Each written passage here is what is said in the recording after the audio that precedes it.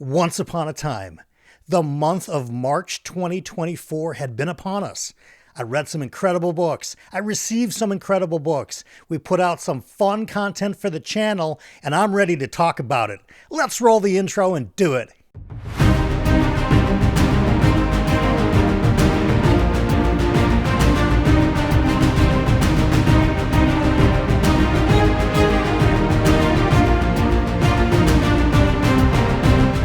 Welcome back to BellTube, everybody. If you are here for the first time, I want to welcome you into the channel. Here at BellTube, we talk a lot about fantasy and science fiction and lit RPG books, and today we are recapping what happened on the channel in the month of March.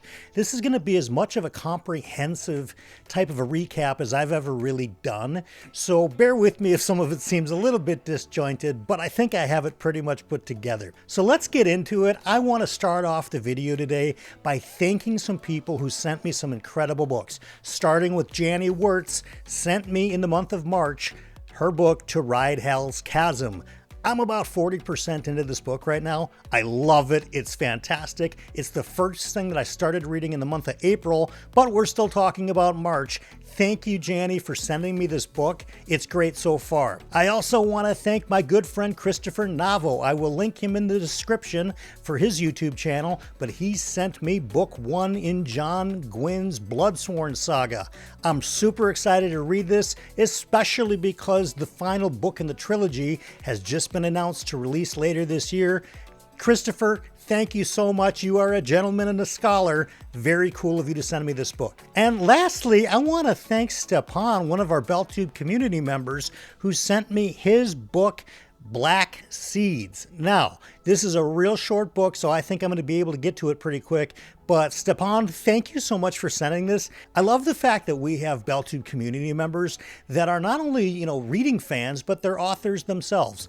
And he sent that all the way from Croatia. Thank you so much, Stepan. It really means a lot to me. And one of the things that I was so excited to receive as a gift this month actually came from my good friend Galina, and she put together with me this incredible bookshelf train kit, which I will try to zoom in on with editing, and maybe I'll throw in some photos that I took earlier. But this is one of those kits that maybe you've seen a lot of advertisements for lately, where you put together this entire thing, and at face value, it looks like it's going to be a couple of hours maybe to put it together.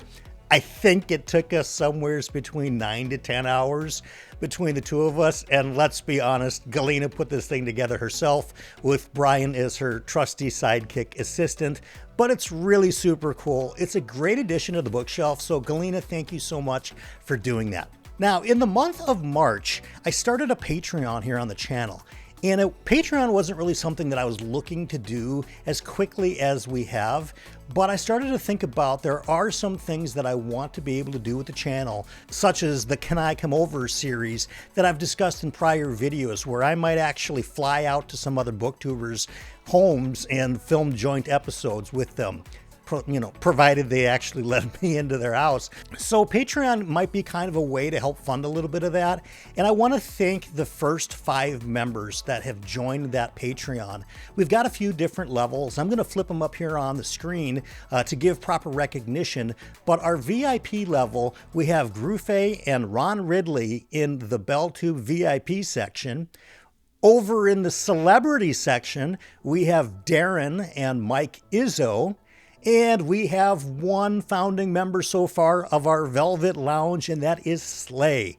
And one of the neat parts about the Velvet Lounge is that we do a 10-minute one-on-one phone call with me and you, and we just talk about your goals for the month, and hopefully I can provide some motivation, some positivity, and maybe some direction if you so are inclined.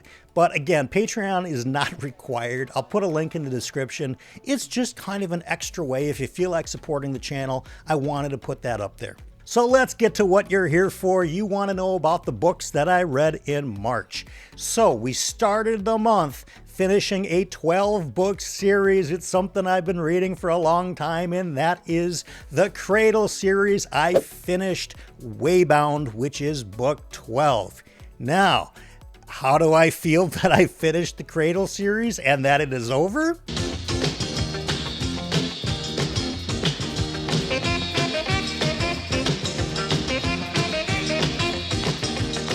Yeah, I feel that pretty good about it. All right, so here's the deal on Cradle. If you've been a viewer of this channel, you know how huge of a lit RPG fan I am. Book 12 was the best book in the series for me. I know there's plenty of people that think Ghostwater is the best book. There's people that think Reaper is the best book. I actually thought Waybound was, because I think we could have gotten to a lot of these cool parts way, like literally years sooner than we did. But the series is over. I feel like for me to really speak on lit RPG, that Cradle was going to be an important arrow in the quiver, so to speak, that I knew enough about the series to talk about it. And once you start going, I'm just the kind of guy that wants to get the thing finished, whether I like it or not. It's done. We can move on. God bless all of you who love Cradle, but it really wasn't for me. But I will say that Waybound, for sure for me, was the best book. So it's kind of nice to start the month of March with Cradle having the best book of the series for me so far. Check for the win column. So next up was Christopher Ruochhio's Demon in White in the Sun Eater series.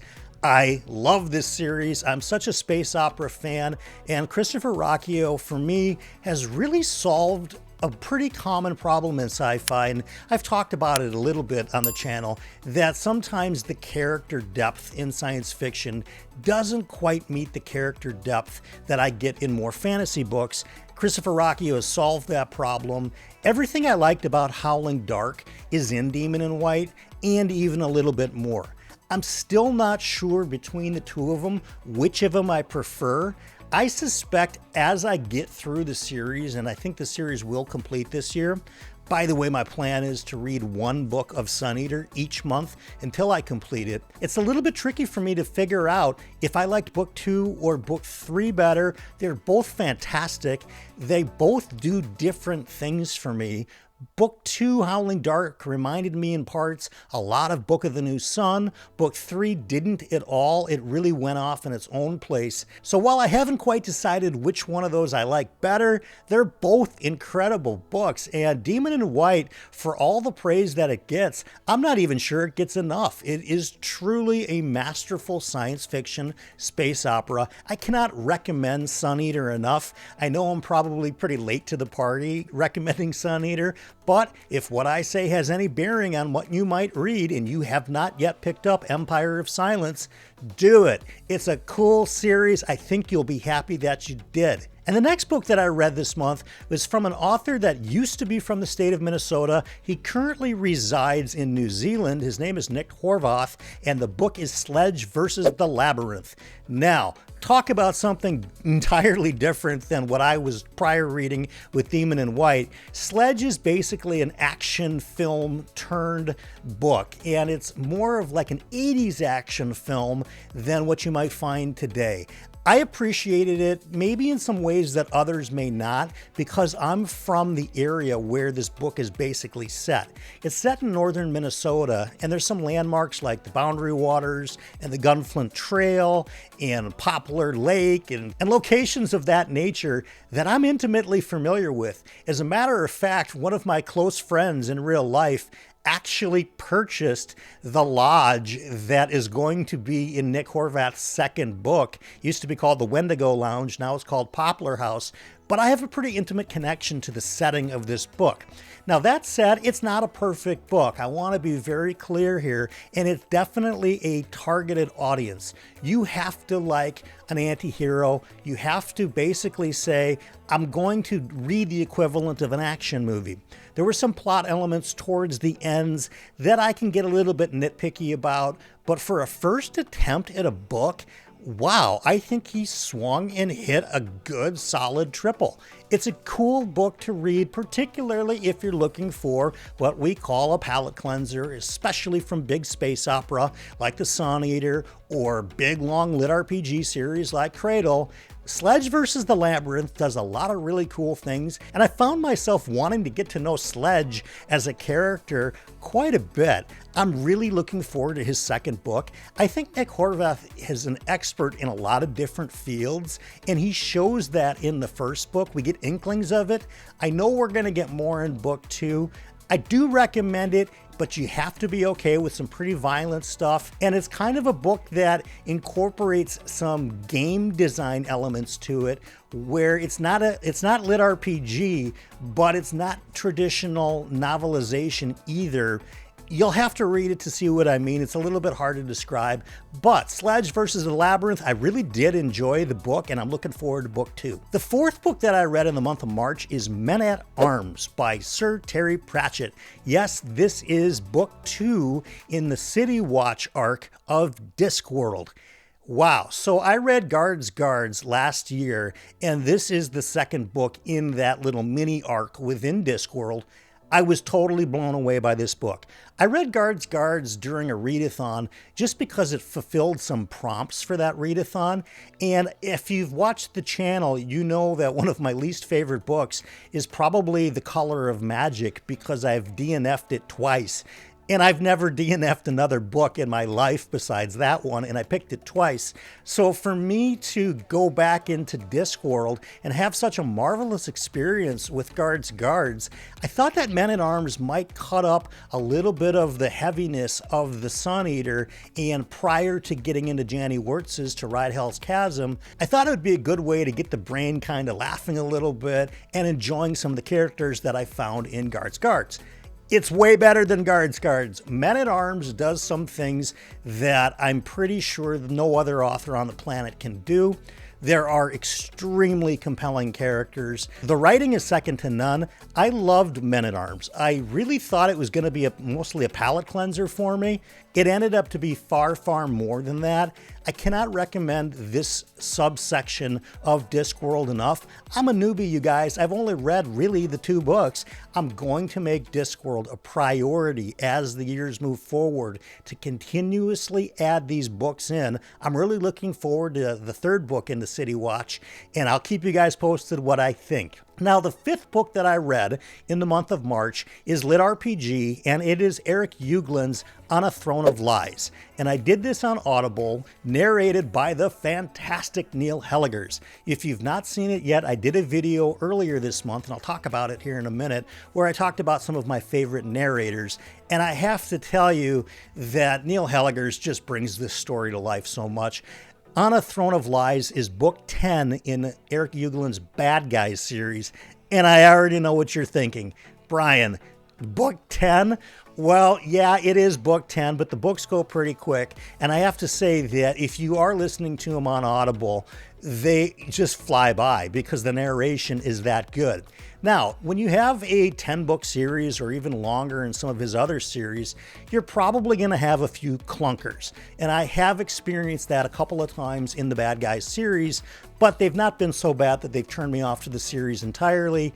I am really happy to report that On a Throne of Lies, book 10 of the Bad Guys, fulfilled every expectation I had and more. We return back to the main city where the whole series started. All of our favorite characters are there. Again, it's a little bit hard into book 10 to try to give you a recap of what's going on, but if you're interested in litrpg, check out the litrpg starter guide. It continues to get tons of views every day. It's pretty incredible, but I talk about Eric Ugland's Good Guys series and his Bad Guys series, which this was a part of, as well as his new Grim Guys series. And if you are looking for a starting point, can't think of a better one than Eric Ugland. On a Throne of Lies, loved that book a ton. So we're going to get to which one of those 5 books was my book of the month here shortly. But before we do that, I want to talk a little bit about what we did on the channel for the month of March. Now, I did 8 videos. 3 of them were For Whom the Bell Tolls, our live stream. We had Mike from Mike's Book Reviews. We had Dr. Philip Chase from Philip Chase's Best of Fantasy. And we had John Minton from Talking Story. I had a blast with all 3 of them. They're all very different, but they share such a passion for fantasy and science fiction literature, and they're all just phenomenal human beings. I was honored that they came on my live stream. All of them have bigger channels than I did, and especially, Mike and Philip that have been around for several years. I was really honored that they would share their time with me. I got amazing feedback for doing live streams.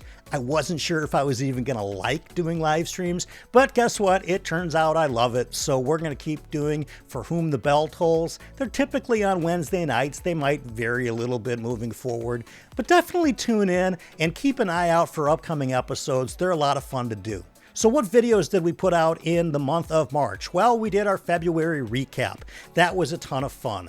I did the top 10 authors that I've read the most amount of books from, and I was quite surprised. If you haven't seen it, it is in the BellTube catalog. Of course, all of season 1 is still available on the BellTube catalog. Just go to the homepage of the channel, you can check it out. But I did a top 10 list of the authors that I've read the most of. I was so surprised by some of them, and you'd think, well, what are you surprised for? You're the ones that read them, but I don't know. I hadn't added it up yet. Take a look at it. It's a lot of fun. I also did a video on the Wheel of Time and whether or not I thought you should read it if you've not yet read it before. And basically what I did was laid out some pros and cons, and some of them you've probably heard before, and some of them you may not have. So if any of you are out there wondering, you know, should I read The Wheel of Time? Do I really want to put that kind of an investment into it? How long am I willing to give myself for this series? I think you might find some value there, and that's really what this whole channel of BellTube is about, is trying to add some value to your life. And sometimes we do it in the form of books that I think are good or bad. Sometimes we do it in the form of just entertainment, and sometimes we do it in the form of the one for the roads. So if you are thinking about the Wheel of Time, that video is available as well. Another video that I mentioned a few minutes ago is my top 10 favorite Audible narrators. Now, I just listen to a lot of litrpg by audiobook. It's my preferred method of reading those books. I can do it while I'm working. There's typically not hundreds or thousands of named characters. It's not so techno-speak as a lot of science fiction. So for me, audiobooks work really great for litrpg. I really had a blast making that video. It is up on the channel if you want to check it out. Of course, we did a crazy video this month where we were visited by our good friend Rick Thunder, and he provided for us his favorite 8 totally rad books from the 80s. Now, Rick Thunder, I understand, is maybe an acquired taste. You might need to get a little bit more Rick Thunder in your life. Maybe you've had too much. I don't know. It seems like YouTube isn't quite sure what to do with Rick Thunder because it doesn't know when it's processing the video if it's a book channel or a comedy channel or an SNL channel. It doesn't know what to do with it. If you've not seen Rick Thunder when he made his appearance, there's still some smoke in the air because he brought his fog machine with him. Definitely check it out. You might get a laugh, or maybe you'll find a book from the 80s that you hadn't thought about in a while, or maybe never even heard of, and that's there for you on the channel. So we did those 8 videos, we read those 5 books, and 5 books for me is really, really low, and I'll share with you why. Demon and White just took a lot longer than most books that have a similar page count. I was really kind of slow rolling it because I felt like the material was not only dense, but important, and I didn't want to feel like a bunch of pages went by and I miss a critical detail that might be important later. So that's really why I only got 5 books this month. I know in April we're looking at about 9, so we're back kind of on our normal pace. So today we're going to do something we haven't done before on the channel, and that is award a book of the month. Now, I'm going to try to do this really throughout the rest of the year, and I'll probably go back and do a ceremonial one for January and February. I can already tell you that February was Shogun, so I'll have to do one for January, which is going to be challenging because that was the DNF challenge. But for the book of March, it really came down to the 2 most obvious ones. That's Demon in White by Christopher Ruochhio and Men-at-Arms by Sir Terry Pratchett. And folks, I'm here to tell you, the title screen or the thumbnail of this video said stunning. That's what I thought about the book that I'm giving my first ever book of the month. It is Men-at-Arms by Sir Terry Pratchett. Some of you may be surprised, saying, Brian, how could you not do Sun Eater? Yeah. Let me try to explain. Men-at-Arms is written in such a way that I do not think there's another author, present living or prior living that could have written that book. There are funny lines in literally every page that you turn. And you may say, well, you know, Hitchhiker's Guide to the Galaxy by Douglas Adams has that.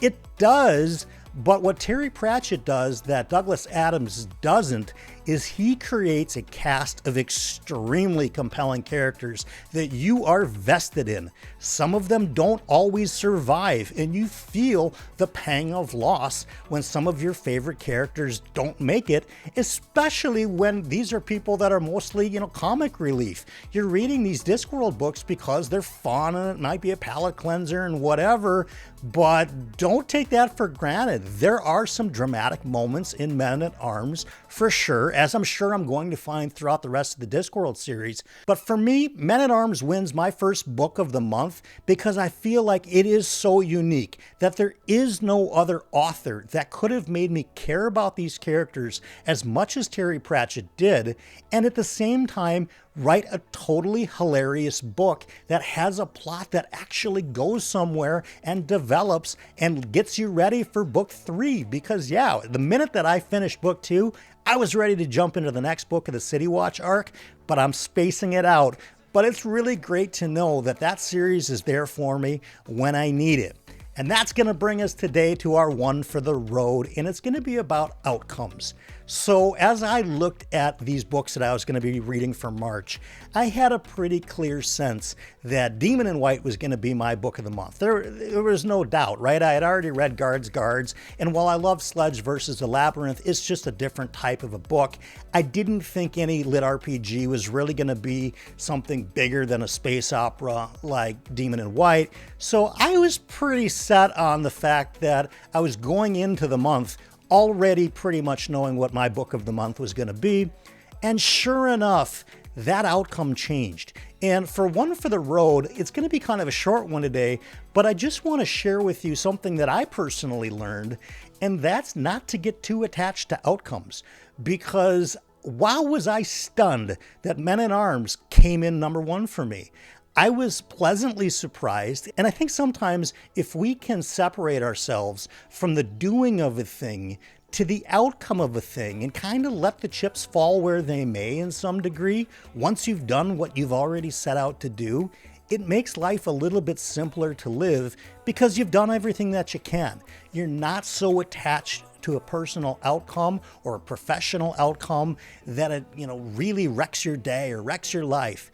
Be open to different outcomes than you might expect. I think that there's some value there because we can't always control the outcomes, right? We can control what we do, but we can't always control how it works out. I think freeing yourself to be open to whatever outcome happens is a worthy endeavor, and I encourage you to try it out. I hope you guys all had an amazing reading month. Let me know in the comments what you read in March, maybe what you're looking forward to in April, and of course, as we send you out of here in each episode, here's your fortune.